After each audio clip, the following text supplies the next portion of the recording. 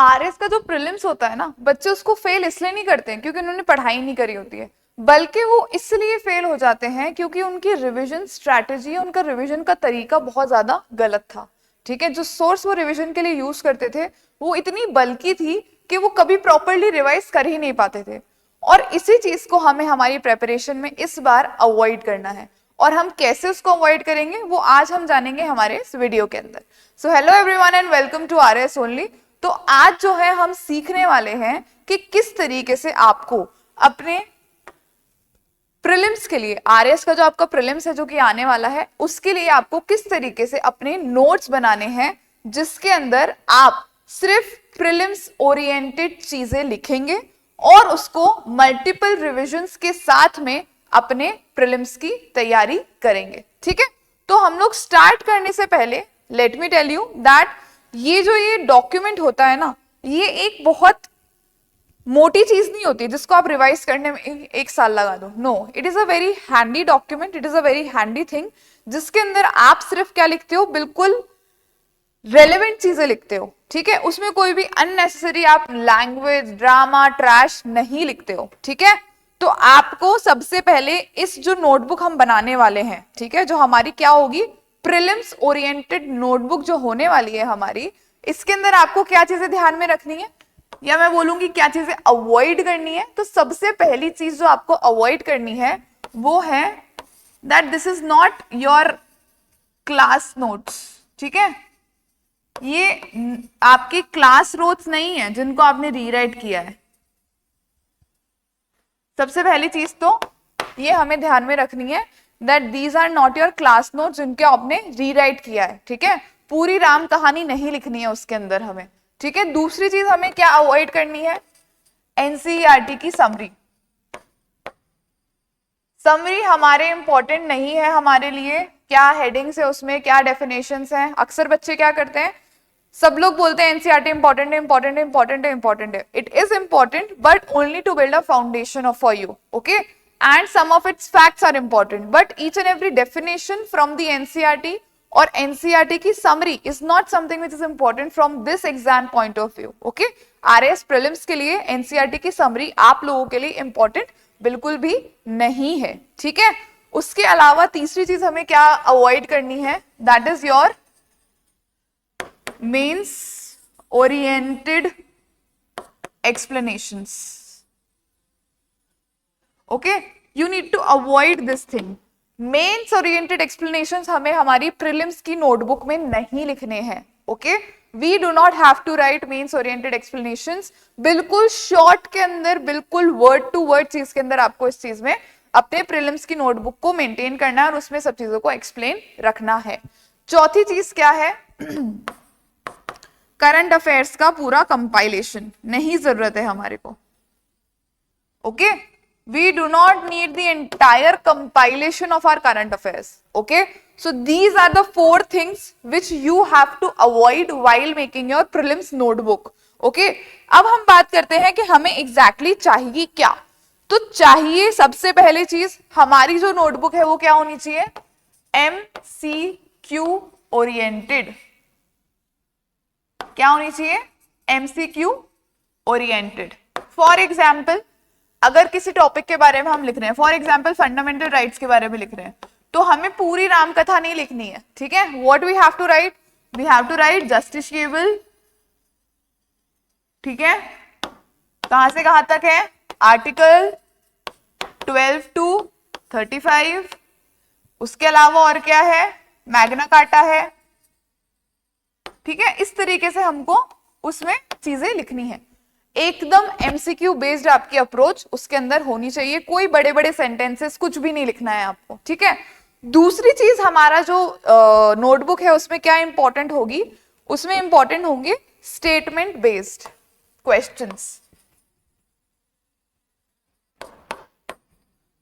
क्योंकि अभी आपने देखा होगा प्रीलिम्स का, अगर लास्ट ईयर का पेपर देखा है आपने, तो उसके अंदर स्टेटमेंट बेस्ड क्वेश्चंस बहुत सारे आए थे। ठीक है, और अक्सर ये स्टेटमेंट्स क्या होती हैं, जो कॉमनली कंफ्यूज्ड चीजें होती हैं। For example, the governor is elected, so is the governor elected, no the governor is not elected, it is selected by the what, it is selected by the central government, right.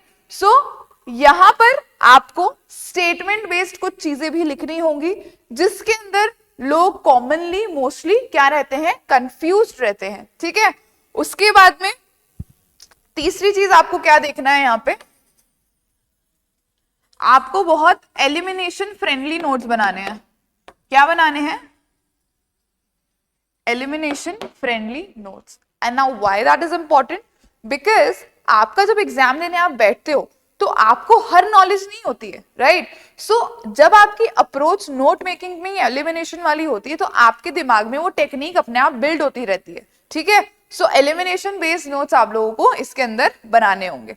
चौथी चीज हमारी जो सबसे बहुत important है वो है आपकी कि आप लोगों को क्या करना है, आप लोगों को राजस्थान को पीछे नहीं छोड़ना है। ठीक है, राजस्थान स्पेसिफिक नॉलेज जो है आपकी वो बहुत ज्यादा इंपॉर्टेंट है।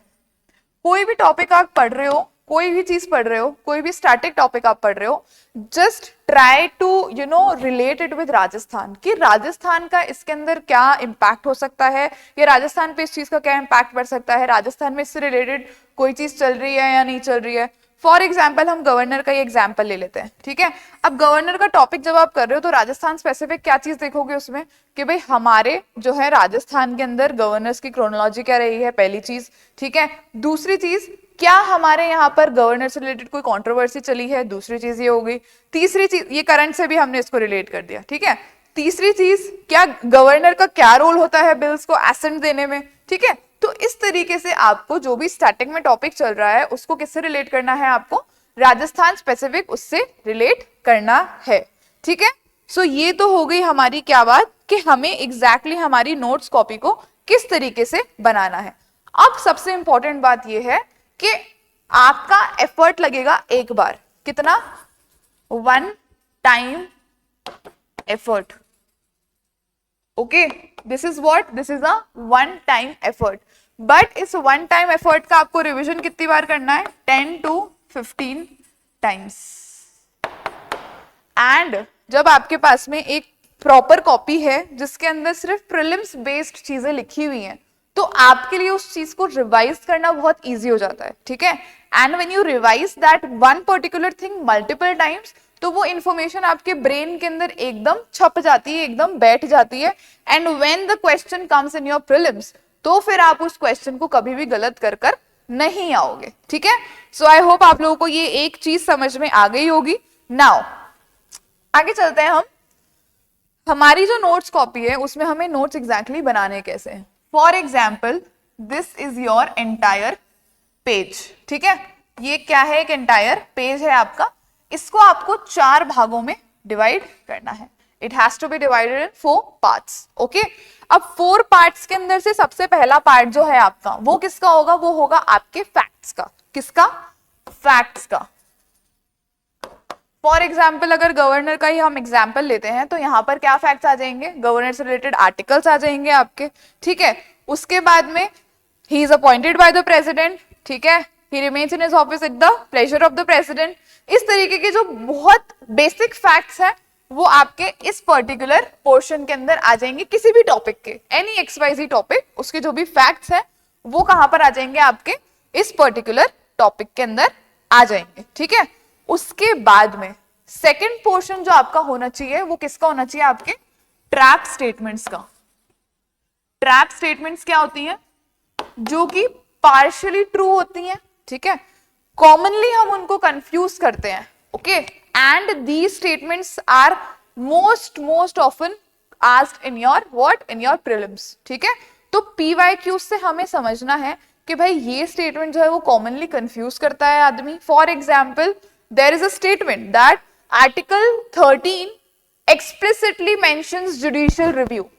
ठीक है, क्या बोल रही है, article 13 explicitly mentions judicial review, or the constitution clearly defines judicial review, but does the constitution defines judicial review? No, article 13 के अंदर वो implicitly mentioned है but उसमें clearly definition नहीं है judicial review की। ठीक है, तो इस तरीके की जो statements होती हैं जो partially true होती हैं, commonly confused होती हैं, and RPSC often asks those statement, उन statements का आपको हर topic के अंदर ध्यान रखना है and you have to make a separate section of these trap statements and you have to write it over there. ठीक है, उसके बाद में हम आ जाते हैं किसके ऊपर, हमारे राजस्थान स्पेसिफिक कंटेंट के ऊपर. सबसे इंपॉर्टेंट हमारे लिए यही है Rajasthan specific for RS examination. Okay, हमने टॉपिक का ओवरव्यू समझ लिया, हमने सब समझ लिया. Now there is a Rajasthan specific चीज in it. Okay, the Rajasthan specific content is very important for you people. You should know that हमारे राजस्थान में गवर्नर के एसेंट का क्या महत्व है. ठीक है, किस तरीके से लेजिस्लेटिव असेंबली से पास होकर गवर्नर के पास में चीजें जाती हैं, गवर्नर और कौन सी रिपोर्ट्स पेश करता है कॉन्स्टिट्यूएंट असेंबली के, सॉरी लेजिस्लेटिव असेंबली के सामने, राइट. गवर्नर की डिस्क्रिशनरी पावर्स क्या होती हैं. ओके, और गवर्नर के क्या क्या रोल्स हैं. Governor is the state head, yes और no, constitutional head of the state, right. So all of these things, all of these Rajasthan specific facts, you people should know what has been the chronology of the governors in Rajasthan. So इन सब चीजों के लिए, Rajasthan specific चीजों के लिए आपको एक अलग से पोर्शन बनाना है. And the fourth portion of your page, which is very very very important, is what is your PYQ link. सबसे इंपॉर्टेंट चीज है ये, किसमें, इन सब चीजों में. The PYQ link is very very very important because this gives you a sense of what examiner wants to ask from you और in future examiner आपसे क्या पूछेगा. Okay, so this PYQ link is very important for you people to understand and to write. PYQ का analysis करना बहुत जरूरी है ताकि आपको एग्जाम की डिमांड समझ में आए. ठीक है, आई होप आप लोगों को ये चीज समझ में आ गई होगी. ठीक है, अब दूसरी बहुत इंपॉर्टेंट चीज जो हमें इसमें करनी है वो होते हैं हमारा, हमें अप्रोच क्या रखनी है. तो हमें जो ये नोट्स है ये कैसे बनाने हैं, हमें सब्जेक्ट वाइज बनाने हैं. ठीक है, बुक वाइज नहीं बनाने हैं हमें कि भाई ये हमारी पॉलिटी के एनसीईआरटी के नोट्स, ये हमारे लक्ष्मीकांत के नोट्स, ये हमारे डीडी वासु के हमने कुछ बेयरएक्स निकाले थे वो नहीं, हमें ये सब चीजें नहीं करनी है. We have to make a very comprehensive subject wise notes कि भाई ये डॉक्यूमेंट है, इसको मैंने 4 उसमें सेक्शंस में डिवाइड कर लिया है. इसमें ये सेक्शन पॉलिटी का है, ये ज्योग्राफी का है, ये इकोनॉमी का है, ये हिस्ट्री का है, ये साइंस एंड टेक का है और ये एप्टीट्यूड का है. एप्टीट्यूड की कॉपी आप अलग से बना सकते हो, वो प्रैक्टिस की होती है. तो मेजरली जो सब्जेक्ट्स मैंने बताए आपको, इनकी कॉपी आपको बनानी है, या तो अलग अलग बना लो या सेम बना लो, बट सब्जेक्ट वाइज हमें अपने नोट्स को बनाना है. ठीक है, क्या होने चाहिए हमारे नोट्स, सब्जेक्ट वाइज होने चाहिए. ठीक है, अब जैसे पॉलिटी के अगर आप नोट्स बना रहे हो तो आपको उसमें क्या क्या चीजें इंक्लूड करनी है. आपको उसमें इंक्लूड करना है आर्टिकल्स, आपको उसमें इंक्लूड करना है कॉन्स्टिट्यूशनल बॉडीज, आपको उसमें इंक्लूड करना है पावर्स, फंक्शंस, लिमिटेशंस क्या है गवर्नमेंट की, वो सब चीजें. ठीक है, अवॉइड क्या करना है हमें उसमें उन फिलोसफिकल डिबेट्स को अवॉइड करना है जो कि हमारे मेंस ओरिएंटेड है. ठीक है, उन डिबेट्स को हमें क्या करना है, बिल्कुल अवॉइड करना है जो क्या है हमारे मेंस ओरिएंटेड है. ठीक है, उसके अलावा फिर हिस्ट्री आ गई, हिस्ट्री में क्रोनोलॉजी हो गई, पर्सनालिटीज हो गए, आर्ट एंड कल्चर के अंदर कुछ फैक्ट्स हो गए. तो वो सब चीजें हमें इस तरीके से हमारी नोट्स कॉपी में इंक्लूड करनी है. दूसरा काम क्या होगा आपकी नोट्स कॉपी का, सबसे मेजर काम होता है आपके मॉक टेस्ट. यस और नो, मॉक टेस्ट होते हैं आपके. मॉक टेस्ट देना तो इंपॉर्टेंट है ही है, उससे भी ज्यादा इंपॉर्टेंट क्या है आपके मॉक टेस्ट का इवैल्यूएशन करना. यस और नो, उस इवैल्यूएशन के अंदर जो आप बहुत माइन्यूट से फैक्ट्स ढूंढ कर लाते हो, ओके, जो फैक्ट्स आपके सामने उभर कर आते हैं, उन चीजों को भी आपको अपनी किस में इंक्लूड करना है, अपनी नोट्स की इन कॉपी के अंदर इंक्लूड करना है. क्यों, क्योंकि हम अपनी मिस्टेक्स से सीखते हैं और हम क्या चाहते हैं, हमारा मॉक देने का असली मोटिव क्या है कि हम उन मिस्टेक्स को दोबारा से हमारे एग्जामिनेशन में अगर वो क्वेश्चन उस टाइप के आते हैं तो रिपीट ना करें. इसलिए जो भी आप मॉक्स दे रहे हो उसका प्रॉपर इवैल्यूएशन करो, और आपको अगर लग रहा है कि इस पर्टिकुलर टॉपिक का ये चीज मुझसे हमेशा मिस हो गई है, मैंने आज तक देखी नहीं है, तो उन चीजों को भी अपने इन नोट्स के अंदर इंक्लूड करो.